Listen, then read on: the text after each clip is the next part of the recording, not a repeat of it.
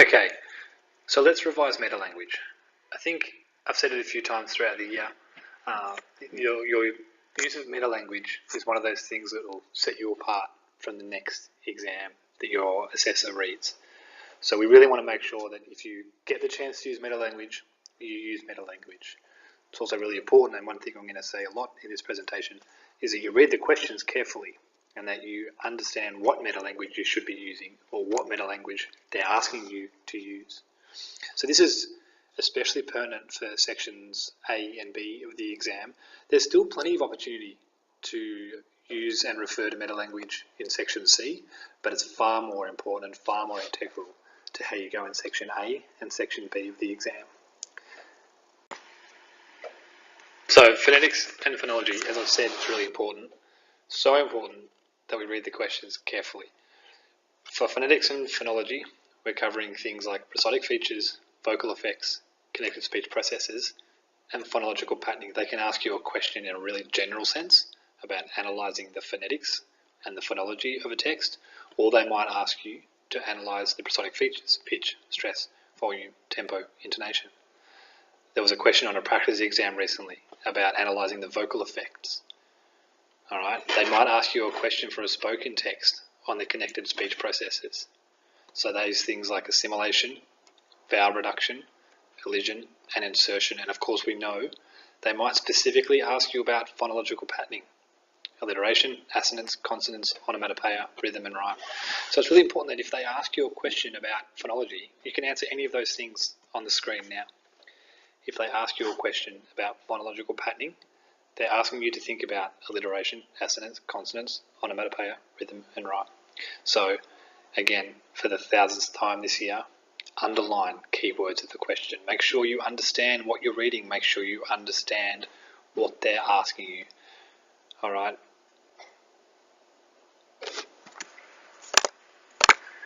It's crucial that you know what the question is asking of you. With morphology and lexicology, I think this is obviously important for section A, but it's also really important in section B because when analysing texts, and in section B it asks you to refer to at least 2 subsystems, you're always going to be referring to lexicology. Every single text involves this subsystem because every single text has words. And I'll say the same thing as I said before. You need to know, for section A, for example, what they're asking you to identify. Remember a few years ago I told you there was an exam where 50% of the state couldn't identify an auxiliary verb or a modal verb. That's the sort of stuff we should be nailing. So make sure you know your word classes. Make sure you know different word formation processes. All right, blends, acronyms, initialisms, shortenings, compounding, contractions. It's all there for you. This is all stuff we've done over and over again. All right. So with morphology and lexicology, like I've got their lexical choice on the screen. In section B, if you're struggling, all right, if you're having a mental blank and you don't really know what to discuss, stop and think about the lexical choice. What words has the author or the speaker used? All right. And then when you're thinking about or describing the words they've used, describe them in terms of their word class. All right, that'll get you moving, it'll get you going, it'll get you out of your mental blank, and you can fill lots of lines purely on lexical choice and how the choice of lexeme employed by the speaker or by the writer, how it supports the social purpose, how it supports the register, how it reflects the situational context. There's plenty you can do on lexicology. So really it's the same thing with syntax. Every text involves this subsystem. Every text has phrases, clauses, sentences. So it's about using the right meta-language in your commentaries, of course, but also understanding the meta-language in the questions of section A. So if the question's about sentence structures, fragments, simple, compound, compound, complex. If it's about sentence types, declarative, exclamative, interrogative, imperative, we know those, right? We know them really well, but then some students make the mistake of answering structures for types and types of structures. Make sure you get it right. Think also about clause structure, so whether there's the subject, the object, adverbial, complement. All right, particularly for your commentaries, but also for section A, you might get a question about information flow. So think about where the subject should be in a sentence, think about where it actually is in a sentence. If it's somewhere where it's not, you might be able to talk about information flow. Alright, same with active and passive voice, that's part of syntax, so consider where the subject is within a clause. Consider also agentless passives, really common particularly in formal language. Now, let's not forget syntactic patterning, alright, similar to earlier in this presentation. Be sure to know what the question is asking of you. If the question is about syntactic patterning, you only have three choices: listing, parallelism, antithesis. I'm going to say that one more time. If the question is about syntactic patterning, you only have three choices: listing, parallelism, antithesis. If the question asks you to discuss or to analyse the syntax, then anything on the screen right now is up for grabs. But if it only asks you about syntactic patterning, then all you can talk about, all they want you to talk about, is listing, parallelism, antithesis. Now, when discussing semantics, obviously semantics and semantic fields or domains is an important part of your discussion around situational context for Section B. And it could also be a question in Section A, getting you to identify and provide examples of the predominant domains or fields. But something that's cropped up in a couple of practice short answer tasks is a question about semantic patterning. And again, this really is about knowing what the question is asking of you.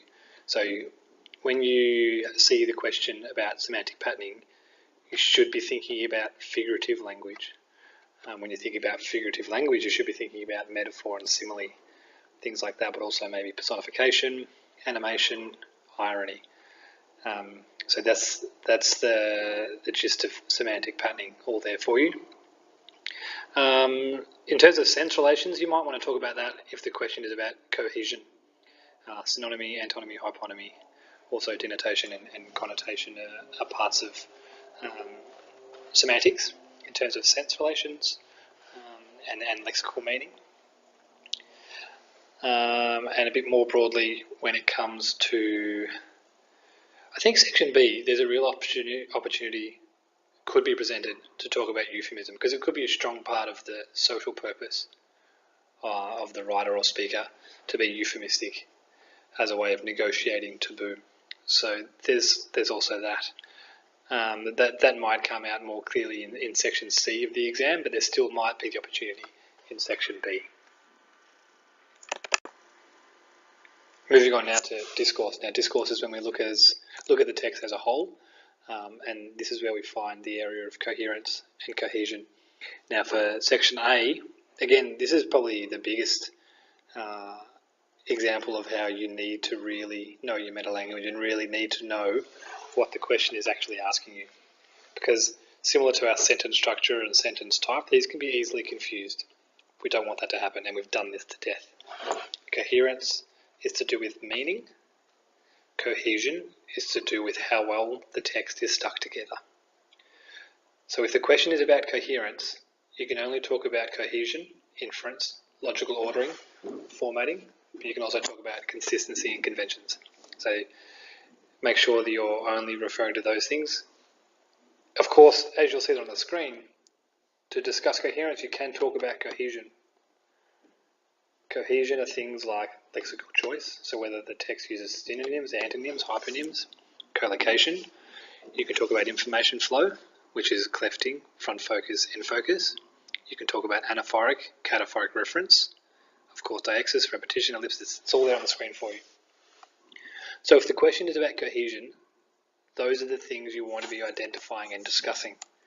If the question is about coherence, of course you can talk about cohesion, but I want you to be really specific about the fact that you're talking about cohesion and the fact that cohesion creates coherence. Make it really clear that even though the question is about coherence, you know that you're talking about cohesion because it is something that creates coherence.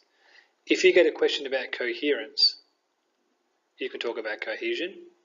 If you get a question about cohesion, you can only talk about the things listed there.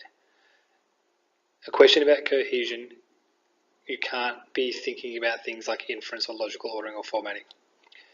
So coherence is one thing, cohesion is another. Cohesion is a part of coherence. I really hope that makes sense. It can be a bit tricky and confusing If it is tricky and confusing, you need to ask for help, ask questions. We can look at cohesion a little bit further as well, because they may be really specific and ask about how the lexical choice creates cohesion, in which case you talk about synonymy, antonymy, hyponymy, collocation. They might be asking you about how information flow creates cohesion, in which case you talk about lifting, front focus, and end focus. So cohesion can really broken down even to more sort of, I guess, smaller details.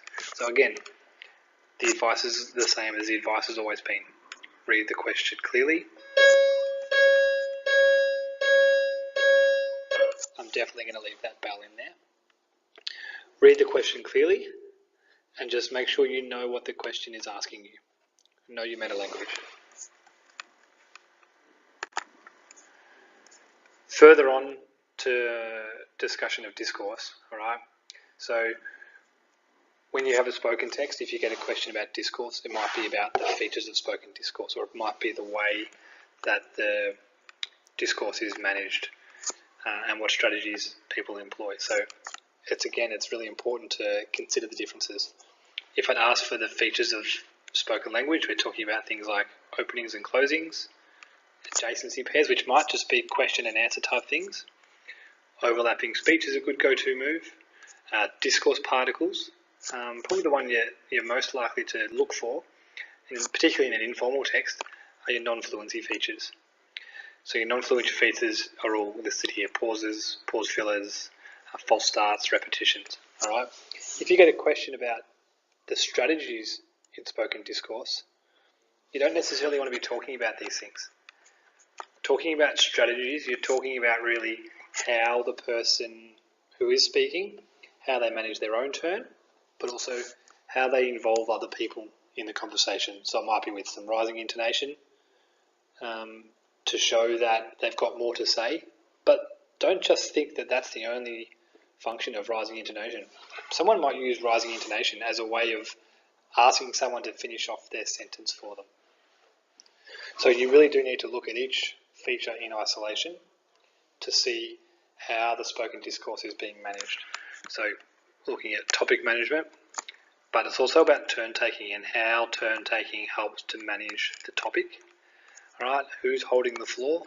How are they holding the floor? Who's passing the floor and how are they passing the floor? And also think about the functions of minimal responses. You know, are they cooperative? Is it because the person is listening? Usually it would be. So there's your discourse features, particularly of a spoken text. Now for section B, again, we've said this a few times, if the text is a spoken text, these are the things that should really be a big part of, I think, your final paragraph. Those really thinking about the things that make a spoken text, all right? You want to be thinking about that sort of stuff as well as prosodic features. If your section B text is a written text, then you should be talking about coherence and cohesion in your commentaries. All right. If it's a spoken text, you can still speak about cohesion and coherence, but you're better off really analysing those features that make the text spoken. All right. Spoken texts give you lots of things to talk about that you're not necessarily able to talk about in a written text. Finally, we have to think about what other meta-language exists that kind of doesn't fit too nicely into particular subsystems. Again, you'll set yourself apart from other students across the state if you're using meta-language confidently and correctly. So think about, particularly for section B text, the use of standard English, or if it's informal, think about the use of non-standard English and what that says about the participants. You might get a chance to talk about political correct language and why that's been used. Jargon and slang and colloquial language will often come in, as well as doublespeak. You know, euphemism was on there earlier. Taboo language and how people avoid taboo topics. And then, of course, for your section B, it's obviously going to be important to talk about situational context, cultural context as well.